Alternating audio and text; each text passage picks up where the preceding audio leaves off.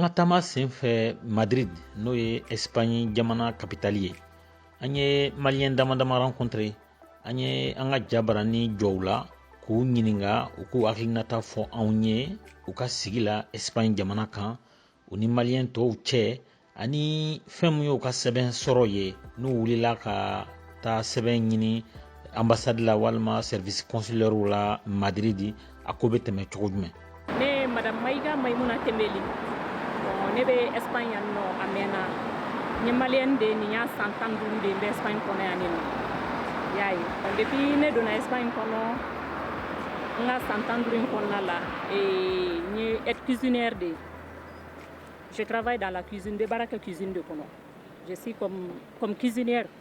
y'a ye n bɛ baara kɛ cuisine de kɔnɔ n tɛ dɔwɛrɛ dɔn ni cuisine tɛ pendant 15 ans je suis toujours dans la cuisine je travaille avec n bɛ baara ni espagnol bɛ baara kɛ wa ni jamana caman mɔgɔw ye baara kɛ mun na mexicano b'o la brésilien b'o la équadoir b'o la parce que a bɛ dépend cuisine taabolo la italien b'o la donc n bɛ menu caman dɔn n ka baara yan nɔ yɛrɛ Mali tɛ dɛ mais n ka baara yan cuisine dɔrɔn a baara n bɛ n dahirimɛ sɔrɔ a la alhamdulillah n bɛ n dahirimɛ sɔrɔ a la maliyɛn minnu bɛ Espagne kɔnɔ yan bon Espagne kɔnɔ a ka ca Espagne a ka bon bon Madrid kɔnɔ yan maliyɛn minnu bɛ Madrid kɔnɔ yan tiɲɛ yɛrɛ la bɛn de bɛ surtout an muso kunda bɛn de b'an ni ɲɔgɔn cɛ parce que an bɛ wuli ɲɔgɔn ka hɛrɛ la an bɛ wuli ɲɔgɔn ka hɛrɛ tana la bon denkundi b'o la saya b'o la kɔɲɔ b'o la o de b'an ni ɲɔgɔn cɛ ni problème wulila ni ɲɔgɔn cɛ i n'a fɔ n y'a f'i ye cogo min fɛn saba adamadenya tɛ taa minnu kɔ i bɛ bɛɛ ye i kan ka mɔgɔ fɛn fɛn i bɛ bɛɛ ye i bɛ bɛɛ ye i bɛ bɛɛ n'a hakilina ye i bɛ bɛɛ n'a bolola wari ye hakilisigi yɛrɛ fɔlɔ o de bɛ d'i ma fɔlɔ hakilisigi de bɛ d'i ma fɔlɔ k'i la ɲina k'i hakilisigi k'a yirila i t'i kelen na donc min ye sɛbɛnko kibaruya ye wagati tɛmɛna a tun ka gɛlɛn mais an bɛ don min na i ko bi sɛbɛnko kibaruya a nɔgɔyara a fɔlɔfɔlɔ ye mun ye carte nina parce que passeport an bɛ don min ko bi n'o t'i bolo a ko bɛ bloqué a ko bɛ ka gɛlɛn mais wagati tɛmɛna carte nina a tun bɛ baara yan nɔ seulement dɔgɔkun kɔnɔ siɲɛ kelen n'o ye juma o juma ye mais kabini an y'an ka excellence sɔrɔ alhamdulilayi a bɛ kɛ du lundi ka daminɛ tɛnɛn na fo juma en plus u bɛ se ka bɔ yan fana weekend dɔw fɛ ka taa dugu dɔw la Palma de Mallorca b'o la Barcelone b'o la Mataro b'o la ka taa mɔgɔw dɛmɛ carte nina ko sababuya la alhamdulilayi sinon avant c'était une fois par semaine tous les vendredis mais maintenant du lundi au vendredi alhamdulilayi Dieu merci en temps plein ye carte nina ko la o kɔni pour ce côté alhamdulilayi carte nina a dɔw bɛ retard ta dɔɔni a dɔw bɛ mɛn dɔɔni ka da mun kan tɔgɔw parce que o problème ba de bɛ an ka maliyɛnw bolo yan nɔ tɔgɔ jamu tɔgɔ bon e b'a dɔn machine mana min ta ka ban ni papier nana ni dɔwɛrɛ b'o kan a ka gɛlɛn e bɛ tubabu ka machine dilannen dɔn donc o yɔrɔ de bɛ passeport carte nina ko gɛlɛya dɔɔni o yɔrɔ de b'a gɛlɛya dɔɔni tiɲɛ na mais min ye passeport ko ye n'i ye passeport déposé avec toutes les preuves o ye mun ye ka wari sara fɔlɔ banque la i n'o reçu ka na ni n'o reçu nana i ni wolosɛbɛn copie ka na ani carte nina copie ani passeport yɛrɛ photocopie i n'olu ka na k'a déposer un mois une semaine a tɛ hali kalo kelen ni tile 15 bɔ an bɛ don min ko bi mais avant tiɲɛ tɔgɔ Mamadu a tun t'o bɔ an tun bɛ sɛgɛn kojugu an tun bɛ sɛgɛn passeport nɔfɛ kojugu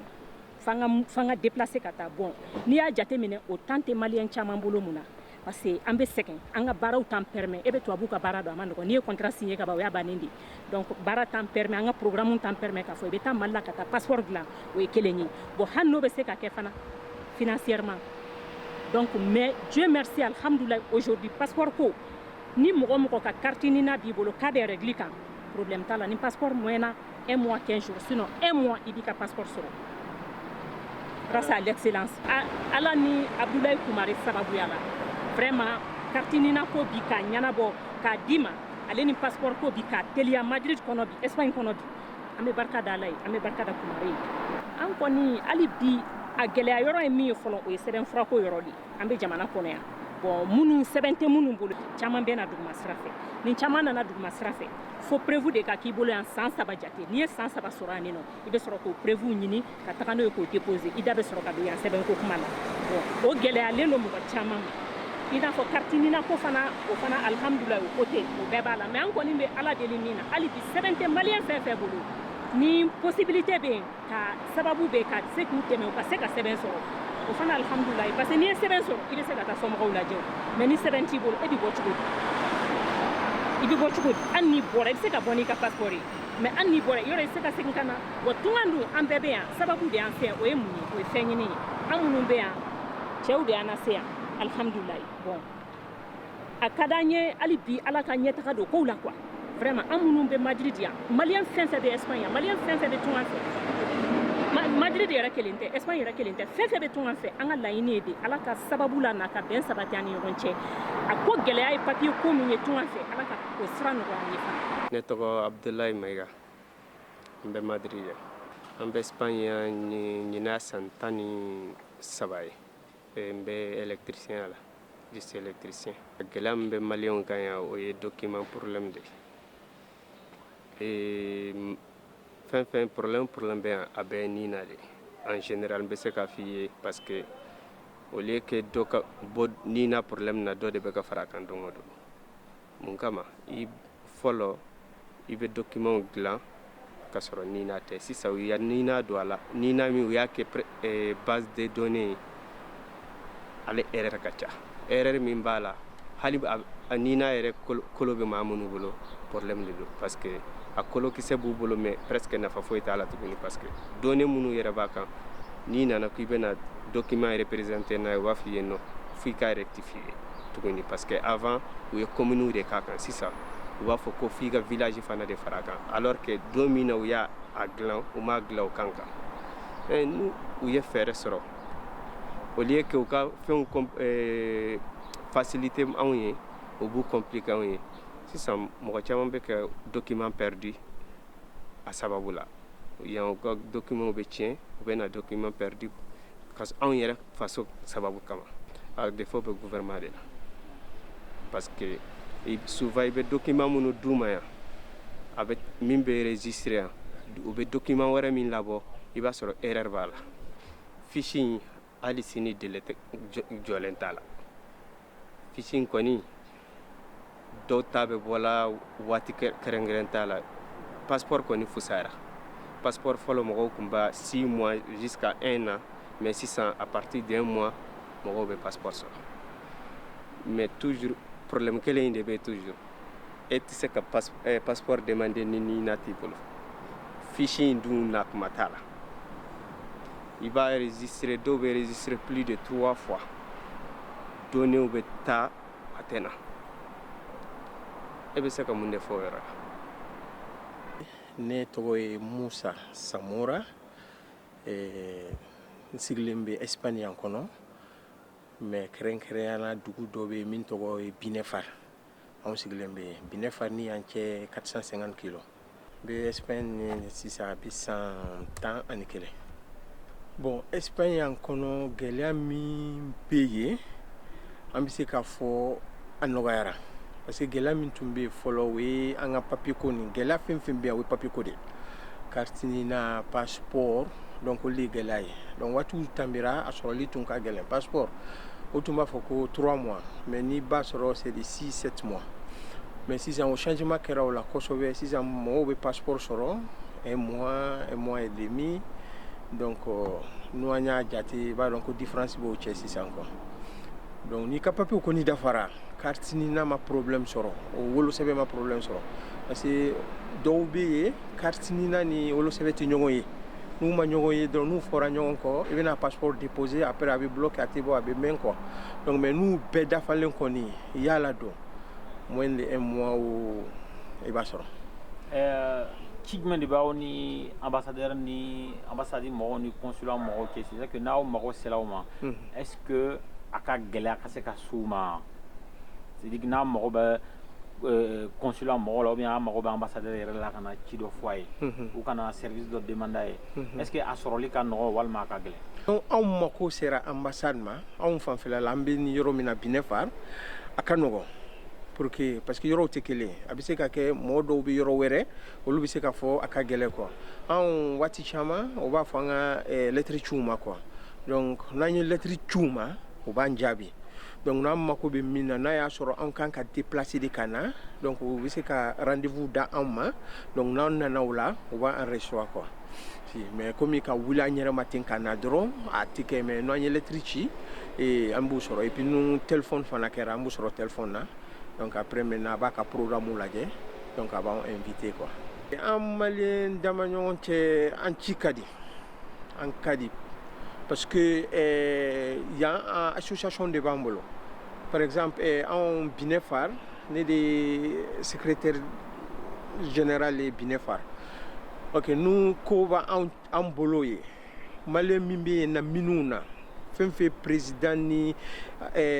vice président ni secrétaire ninnu an bɛ ɲɔgɔn wele an bɛ a ko yira ɲɔgɔn na an b'a kɛ ɲɔgɔn fɛ donc olu fana n'u a ɲɔgɔnna b'u bolo o fana b'an invité an bɛ kow kɛ ɲɔgɔn fɛ si an ni maliyɛnw cɛla yan an cɛ ka di hali Madrid yan a bɛ se ka kɛ réunion ba dɔ bɛ yan n'u ministres ninnu bɛ na u bɛ se ka ci bila an ma an bɛɛ bɛ ɲɔgɔn sɔrɔ yan fana. Ne tɔgɔ ye Mohamed Fofana. Bon, mais Espagne à Madrid. Bon, depuis 2001, je suis ici. Bon, mais Barala dans les Almacennes. Donc, le secteur de la logistique là-bas. Malien, on a de très bons rapports. Il n'y a pas de problème entre nous ici. Tout le monde bébé Barala et puis s'il y a des choses en gang à réunir, à Mignon sur il y a un événement au fond B. Donc, mais le courant passe très bien. Il n'y a pas de différence. Problème non. Non, je pas. Problème c'est qu'il y a mais amassé au niveau problème non, aux différences Mali c'est un problème parce que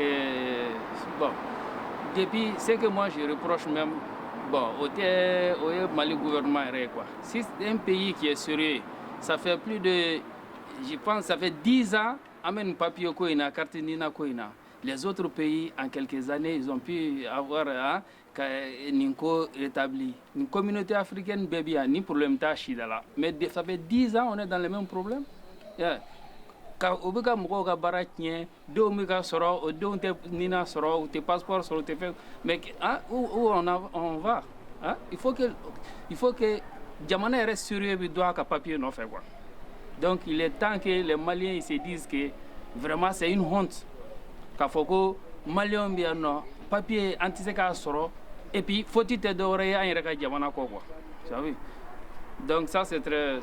bon. Le problème n'est pas ici à Madrid. Le problème parce que l'ambassade le problème ça vient de Bamako, ça vient du Mali. Hein? N'afroko jusqu'à présent, hein? Base de données fiablement c'est sur Djamanaka. Ça c'est pas un pays sérieux. Hein? Donc nous pas faire le faux quoi. Papier qu'on ne fait pas quoi. Avec l'ambassade du Mali, je dirais que depuis il n'y a pas de problème. Tout va bien, surtout avec le nouveau ambassadeur là qui est venu. Follow. Ni ni de la canaya follow, nous de la problème, mais consulat ko problème. Malion be, un consulat donc mamoule ba ko kuluguloni. Tout le monde a parlé. Et puis doit qu'on pas ko al mo sabal nani na doit qu'on droit à fara. Vous savez? Donc depuis ni nana ayoro ba otanye, kayoro donc moi je dois là papier ko noya ka mo do fara personnel ka vraiment Dieu merci pour le moment c'est le calme ici moi je qui plaignait moi vous plaignez mina dron au carte nina koy le problème de Nina vraiment alors que au problème ça dépend pas de l'ambassade ça dépend du Mali donc Mali de kango ko ngara bo sinon nos problèmes ni problème de Nina est réglé Malien Mounoubi Yanoka. Vraiment, les 90% des problèmes déjà sont résolus. Le conseil de base président Naya Sanglon Fly. Sigima, Kadam, 2013, la Canabla, à Mewati Minakosa, le conseil de base des Maliens d'Espagne président. Ambassadeur Fly. Malien Mounoubi Jiteke Kana. D'habitude nous n'avons pas on va croire ka bolo le kan nous allons croire ka bolo kan hakila anw ka intervention bɛ na papier ko yɔrɔ de la dɔw bɛ wolosɛbɛn ɲini ka papier ko daminɛ ka consulat ni fɛnw ɲini ONG b'an wele k'a fɔ centre la maliyɛn dɔw bɛ yen nin problème b'a bolo an bɛ intervenir ka na u dɛmɛ papier bɛ sɔrɔ cogo min a bɛ kɛ cogo min u kan ka tɛmɛ sira min fɛ k'o sɔrɔ an b'u dɛmɛ o sira kan ani an bɛ dɔw balimaw fana ɲini k'u la su u balimaw ma pour que yan mana kɛ cogo cogo an bɛ maliyɛn ye mais i ni min bɔra fan kelen n'o bɛ yɔrɔ min an b'i gara o tigi la pour que o bɛ se k'i dɛmɛ i ka musaka to o la quoi an ka baara b'olu de kan n bɛ an ka ambassadeur fɔ ka a wale ɲuman dɔn an n'a ka baarakɛ ɲɔgɔn u nama u ye nɔgɔya dɔw dɔn an bolo yan'a ka se yan gɛlɛya tun b'a la carte ɲini tun tɛ sɔrɔ hali n'a sɔrɔla tibitaba b'a la parce que an ka faba kɔnɔ n'o ye Madrid ye ambassade bɛ yan de bon dugu bɛ yen o ni Madrid tɛ yen 600 km i bɛ tile 2 de kɛ i ka tile 2 baara de bɛ tiɲɛ ani i ka wari bɛ tiɲɛ ka na aravegi kɛ yan yɔngala barika la an ka ambassadeur kura sɔrɔlen général sɔrɔlen a ye nɔgɔyaba k'a la yɔnga n'a y'a ta k'a lajɛ fana a ye nɔgɔya k'a la min ye ka yɔrɔw dayɛlɛ maliyɛnw ka gara service ka gara maliyɛnw na a y'o caman kɛ a wulila ka maliyɛnw kumaɲɔgɔnya k'u hakililataw dɔn a wulila ka association appui ka fɔ u ka fara ɲɔgɔn kan ambassade bɛ se ka dɔ kɛ mais association yɛrɛ de bɛ se ka baaraba kɛ donc o hukumu kɔnɔna la an bɛ yɔrɔ min na ko bi min ye carte ɲinina ko ye an bɛ se k'a fɔ ni dɔ tɛ ka fara gɛlɛya kan Espagne yan bi fɛn tɛ ka bɔ a la parce que aravegi tagabolo la bɛɛ b'a dɔn k'a fɔ consulaw ni ambassadew ni consul honoraire ninnu u b'i bolonɔ n'i ka fɛnw ta olu b'a bila ka taa Mali la bon an tɛ se k'a faamu Mali papier de don wagati bɛ ne ni général bɛ discuter la maliyɛnw bɛna papier dun kalo 1 kalo 2 kalo 3 fo san 1 ni nana ɲininkali kɛ consulat la ko ne ye n ka aravegi kɛ a 12 mois de ni a ma bɔ non seulement a ma bɔ u b'a fɔ a ma na a bɛ na don min u tɛ se k'o f'i ye date yɛrɛ tɛ aravegi la a bɛ bɔ san min na aravegi daminɛ ma ça fait 10 ans 100 ans ni ne ma fila daminɛ na 2009 de k'a taa ma fo bi maliyɛn min bɛ yen k'i bɛ aravegi kɛ i bɛ kalo 8 san 1 kɛ san 2 kɛ i ka aravegi tɛ bɔ wa wagati tɛ se ka f'i ye a bɛ bɔ wagati min na donc document administratif date kan ka k'a la wagati kan ka k'a la a kan ka sɔrɔ wagati min na mais ambassadeur n'a ka an dɛmɛli cogo cogo o gɛlɛya ma se k'o wuli maliyɛnw bɛ yan den minnu wolola yan u bɛ aravegi kɛ an ye laɲini caman kɛ k'a fɔ k'an dɛmɛ fisiko la u ko k'an ka mɔgɔw ka ɲagami ka bɔ k'u b'u tɔgɔw sanse u bɛ nin na yan fɛ u bɛ taga yan fɛ den minnu wolola yan 3 semaines ka wolosɛbɛn ta k'a d'a ma u bɛ taa an ka denw olu kɛ musomanin u b'a kɛ cɛmanin ko k'o fana yɛlɛma o fana yɛlɛmani bɛ kalo 6 kɛ o tɛ bɔ donc anw ka jate la sisan Espagne kɔnɔ yan pour l'instant k'a daminɛ depuis sunkalo la fo bi correction papier tɛ na fiche tɛ na aravegi bɛ ka kɛ don o don a bɛ bila ka taa solution foyi t'a la donc o yɔrɔ la an ye kankari da ambassadeur ye a fana y'a se kɛ